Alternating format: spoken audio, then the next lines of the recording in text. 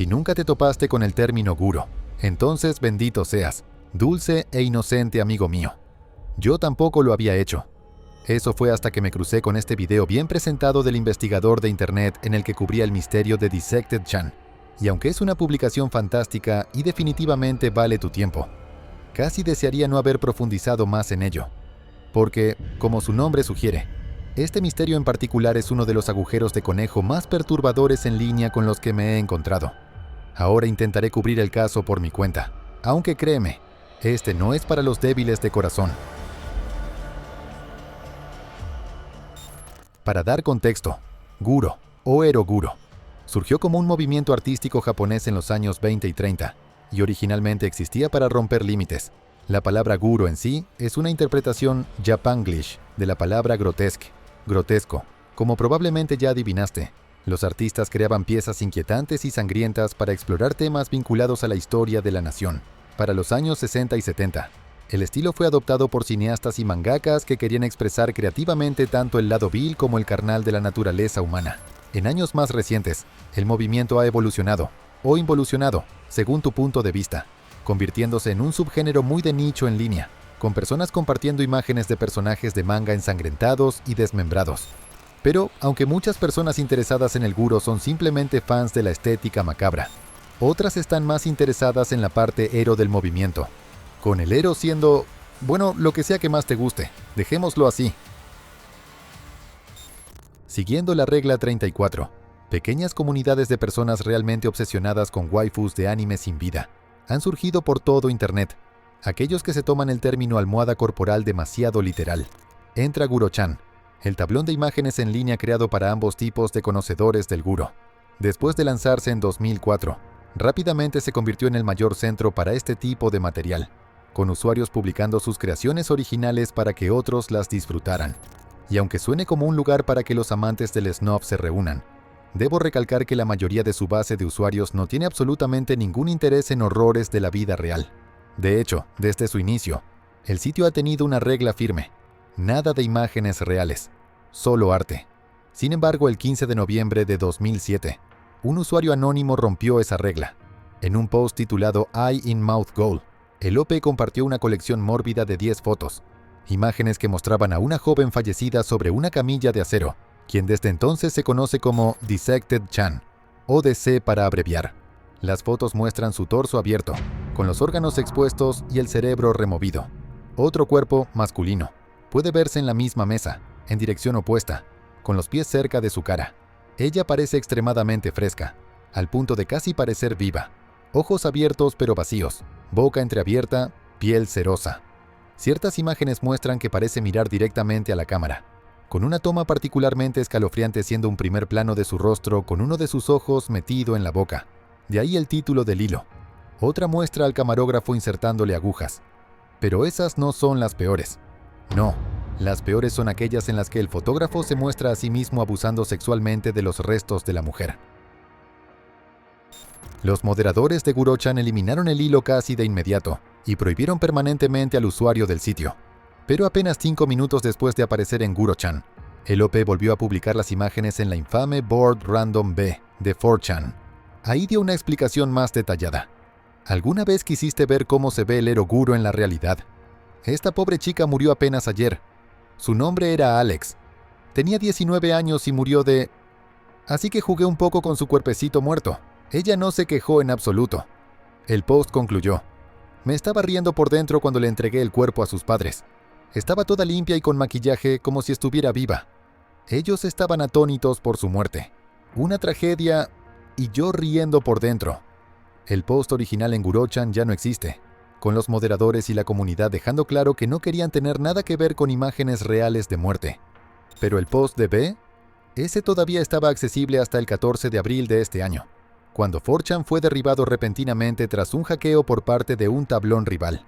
Aún así, las versiones archivadas del hilo de Dissected Chan todavía se pueden encontrar, aunque, si quieres mi consejo, no las busques, porque no solo las imágenes son difíciles de digerir, sino también las respuestas debajo de ellas. En B, las fotos no solo fueron toleradas, sino que fueron aplaudidas, y otros usuarios alentaron a unirse y burlarse de la chica muerta. Esto es increíble. Te amo, Anon. Lo único que superaría esto sería encontrar a sus padres y enviarles las imágenes. Realmente espero que este tipo no sea atrapado. Cualquiera que participe en rastrearlo y contactar a la policía es una rata asquerosa. Lamentablemente esta no es la única vez que algo así ha sucedido. Para empezar, viene a la mente el infame Dr. Gloves. Pero mientras la identidad de Dr. Gloves nunca fue descubierta, muchos detectives aficionados querían asegurarse de que el nombre y rostro de este monstruo fueran revelados. Así que, mientras la mayoría de los usuarios se conformaron con hacer bromas oscuras, memes pesados y amenazas infantiles, otros comenzaron a investigar. Después de revisar los metadatos de las imágenes, algunos usuarios descubrieron que las fotos habían sido tomadas apenas un día antes de aparecer por primera vez en línea. Eso descartó la idea de que fueran recicladas desde las profundidades de la Dark Web o de algún rincón polvoriento y bien oculto de la red superficial. Repugnante como suena, casi con certeza habían sido tomadas por el propio autor original en Guro-chan. Según él, Alex supuestamente había fallecido apenas un día antes de que hiciera su publicación. Suponiendo que eso fuera cierto, los detectives aficionados comenzaron a buscar en recursos en línea posibles identificaciones, y un usuario encontró una posible pista. Descubrió que una mujer de 19 años llamada Kelly Nascimento había perdido la vida en Florida el 11 de noviembre de 2007, apenas 4 días antes de que las fotos de DC aparecieran en línea. Iba en un automóvil que se estrelló contra un canal. El momento coincidía casi perfectamente. La edad era exacta, y aunque no se llamaba Alex, es posible que el OP simplemente le diera un alias. ¿Entonces podría ser ella? Probablemente no. Cuando la gente comparó las fotos públicas de Kelly con las de DC, algunos de sus rasgos faciales no parecían coincidir, especialmente su nariz y color de ojos. Más allá de eso, el inglés en la publicación original era pobre, con gramática rota, frases extrañas y palabras faltantes. Eso no descarta necesariamente la posibilidad de que las imágenes se originaran en Estados Unidos, pero otros empezaron a considerar la posibilidad de que hubieran sido tomadas en el extranjero. Y así, los usuarios comenzaron a estudiar el fondo de las imágenes. Desde el principio se señaló la posible presencia de un segundo autor cuando los espectadores notaron una bota en uno de los cuadros, aunque para mí eso parece más bien la pata de una mesa con otro objeto en la base. Sin embargo, en lo que todos estuvieron de acuerdo fue en que esto era algún tipo de instalación médica. El OP había insinuado que este incidente ocurrió en una sala de autopsias de un hospital, pero las baldosas hexagonales viejas y agrietadas sugerían que esto también pudo haber ocurrido en una escuela de medicina deteriorada. El detalle es que, en Estados Unidos, los cadáveres donados a la ciencia generalmente se almacenan de forma segura. Así que, si se cree en esa teoría, también sugiere que estas imágenes no se originaron en Estados Unidos.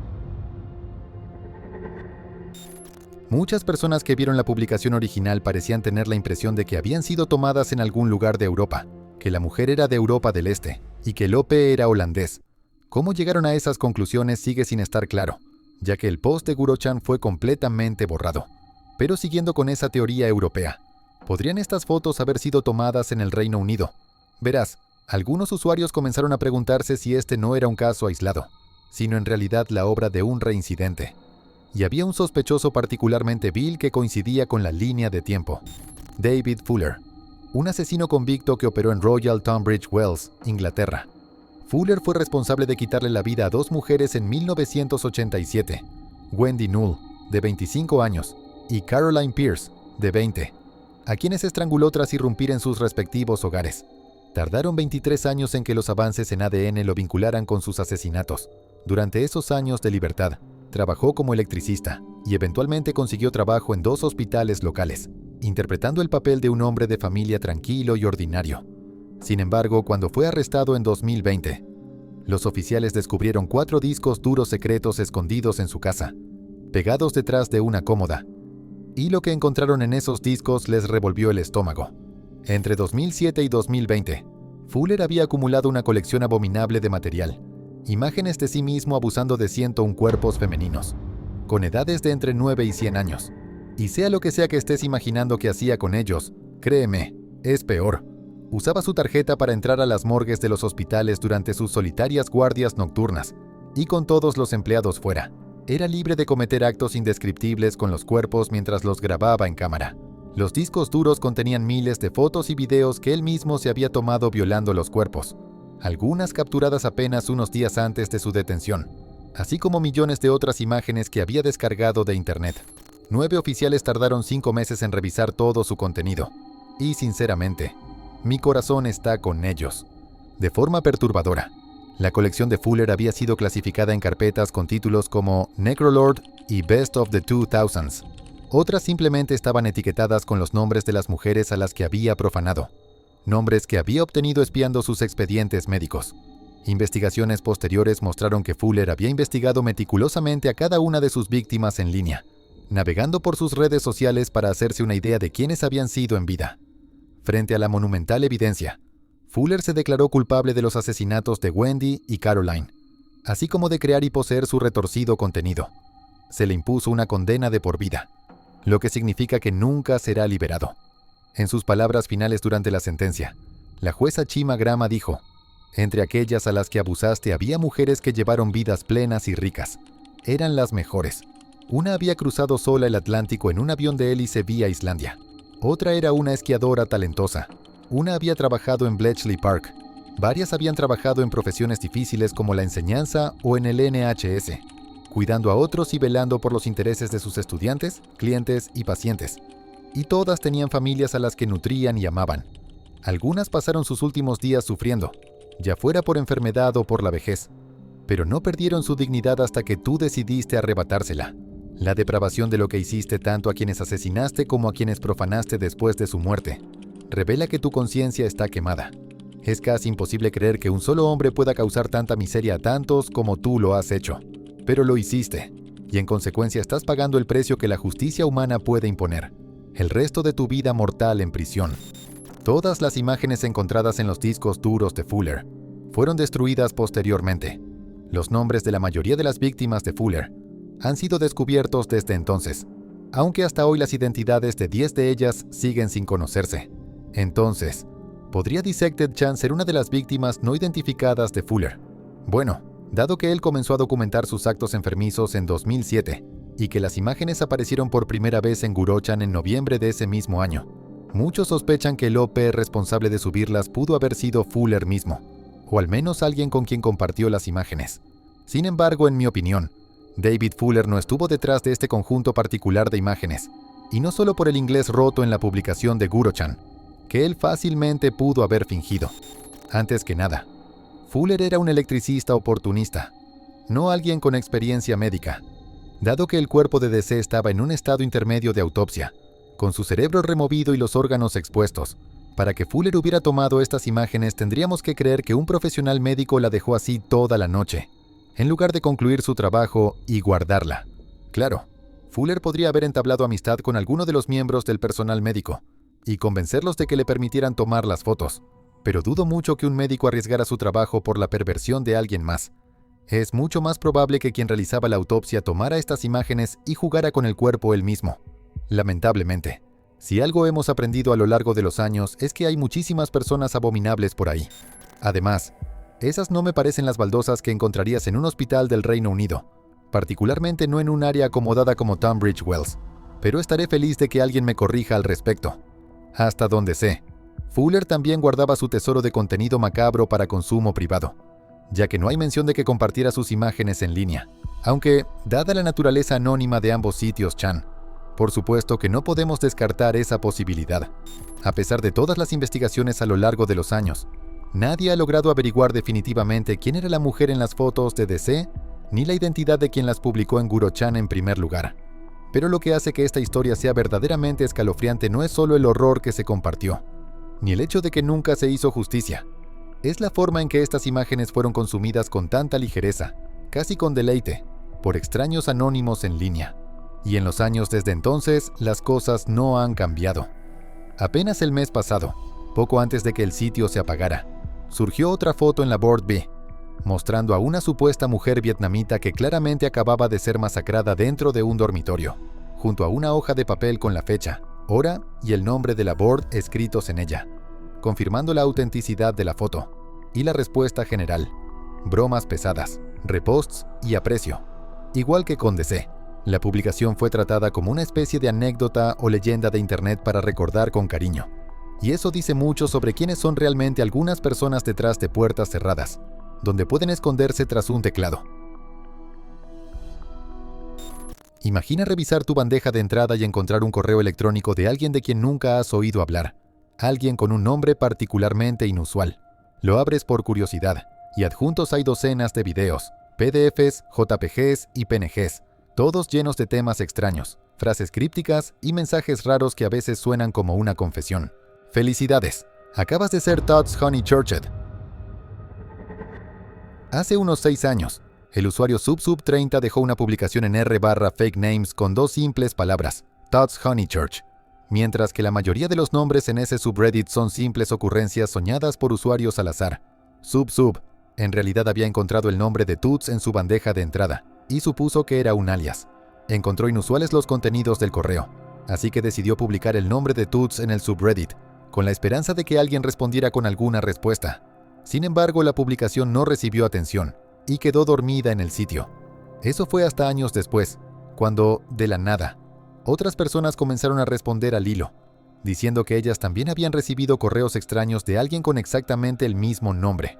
Como resultó ser, a lo largo de casi 2 décadas, esta Toots Honeychurch había enviado cientos de miles de correos electrónicos a personas aparentemente al azar en todo el mundo. Largos ensayos divagantes y aparentemente sin sentido. Abre tu bandeja de entrada ahora y escribe su nombre en la barra de búsqueda. Hay una buena probabilidad de que tú mismo hayas recibido uno, o quizás 200, y ni siquiera lo hayas notado. Quienes sí lo notaron buscaron el nombre de Toots en Google y encontraron muy poca información concreta sobre ella en línea. Así que, naturalmente, los destinatarios más curiosos se congregaron en el hilo de SubSub para comenzar su investigación. Debajo de la publicación, un usuario compartió que él y sus amigos habían recibido una avalancha de información de parte de Toots en forma de periódicos virtuales caseros, algunos con hasta 500 diapositivas de información. Los contenidos giraban en torno a celebridades, políticos, asesinos convictos, conspiraciones, civiles al azar y eventos recientes de actualidad. Todo con un fuerte enfoque en noticias hawaianas. En otros, hablaba frecuentemente sobre posesión, doppelgangers y señuelos, manipulación psíquica de la mente y la reencarnación de personas, incluso mientras su yo anterior todavía estaba vivo. De forma inquietante, algunas personas han reportado haber recibido correos personalizados de Toots, en los que los llama directamente por su nombre real. Muchos usuarios confirmaron que ellos también habían recibido correos similares de Toots.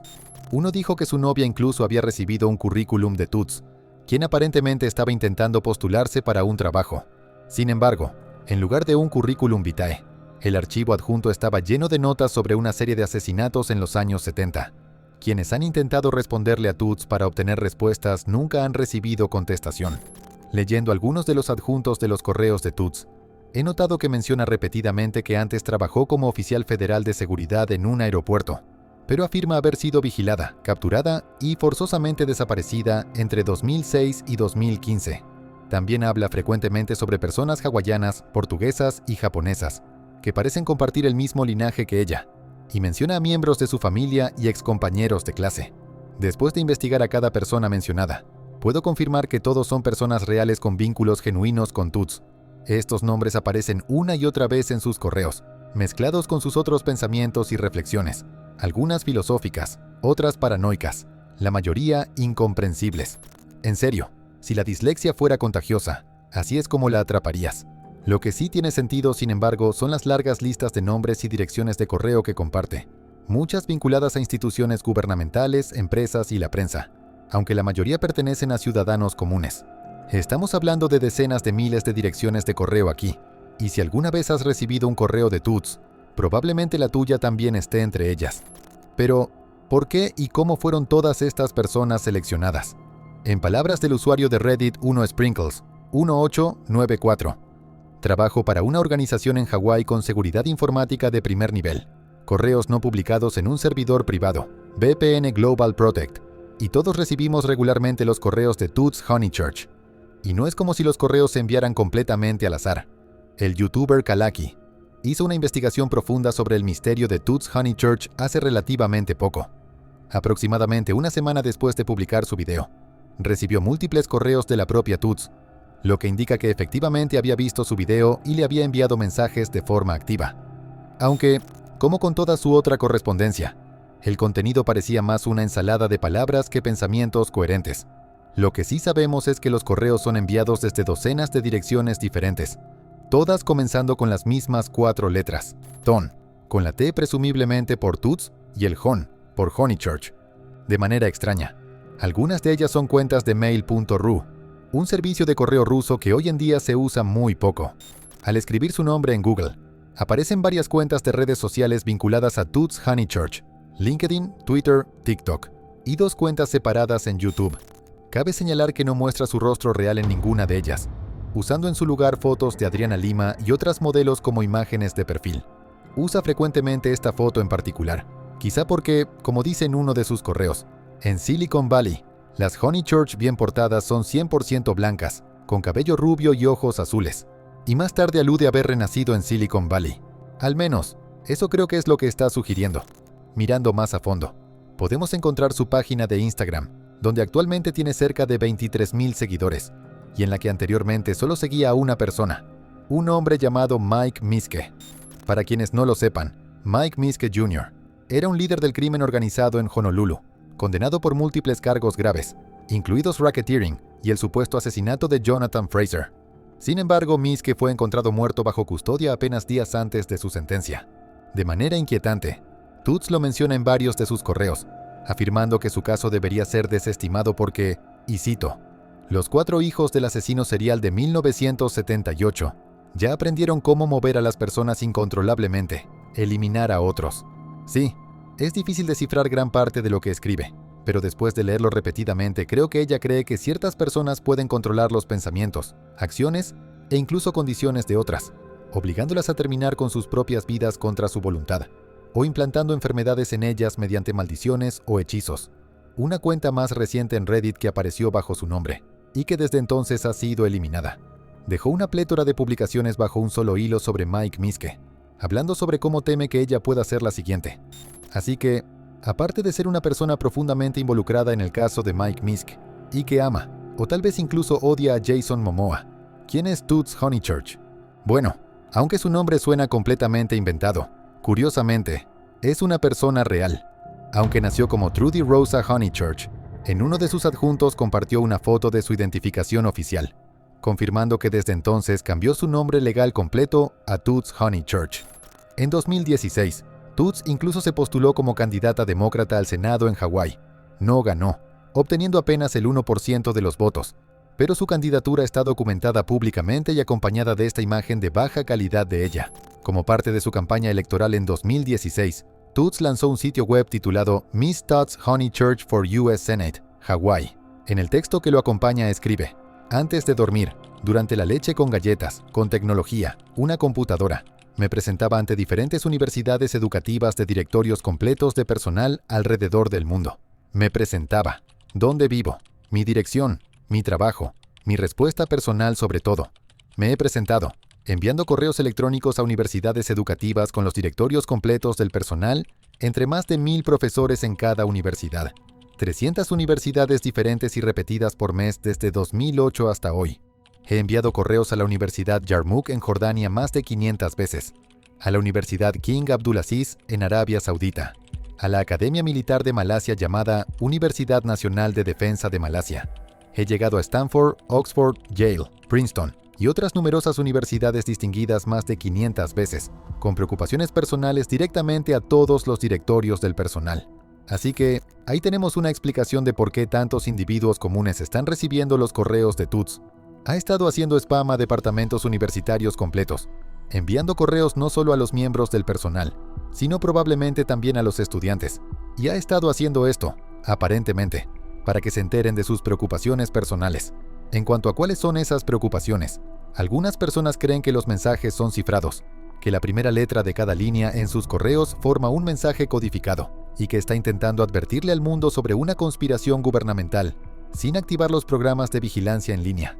Sin embargo, existen teorías más plausibles, siendo la más obvia que esto es algún tipo de estafa de phishing extraño. Así que si has recibido uno de estos correos, te recomiendo no descargar ninguno de los archivos adjuntos.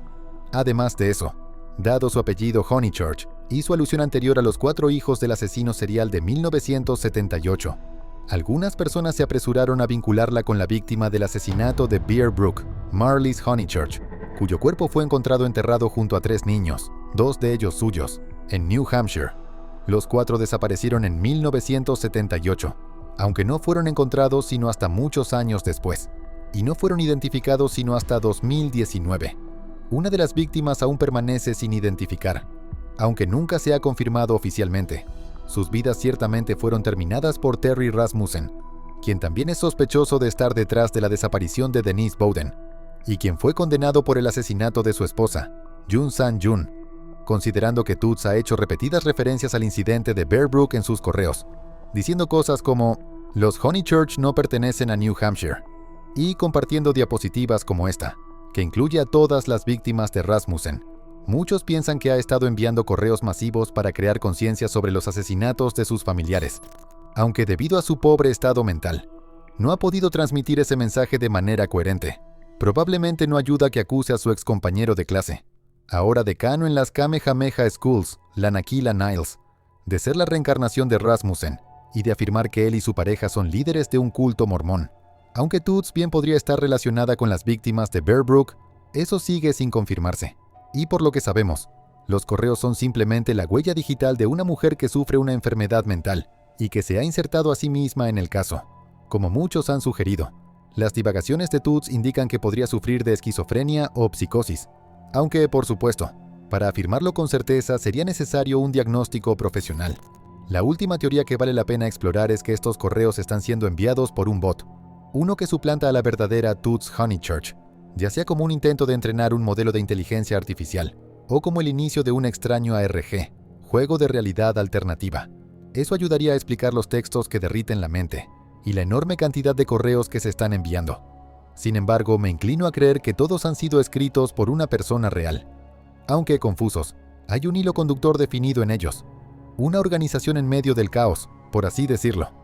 Los temas son demasiado personales y frecuentemente hacen referencia a demasiadas personas del pasado y presente de Toots.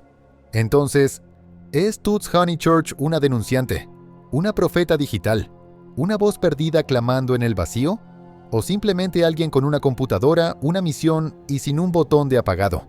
Después de casi 2 décadas de correos implacables, ahora estamos más cerca de entender lo que realmente quiere, o quién exactamente cree que está escuchando. En última instancia, la única persona que sabe lo que está pasando aquí es Toots misma. Y está de más decir que nadie debería acosarla por respuestas en línea. Lo que sí es seguro es esto: sus correos no estaban destinados a quedarse enterrados en carpetas de spam. Así que, ya sea que esto sea una advertencia, una súplica o simplemente ruido, Toots se está asegurando de que su voz sea escuchada. Y ahora que tú la has escuchado, déjame saber tus pensamientos en los comentarios. Gracias por ver. Soy la voz del abismo. Nos vemos la próxima.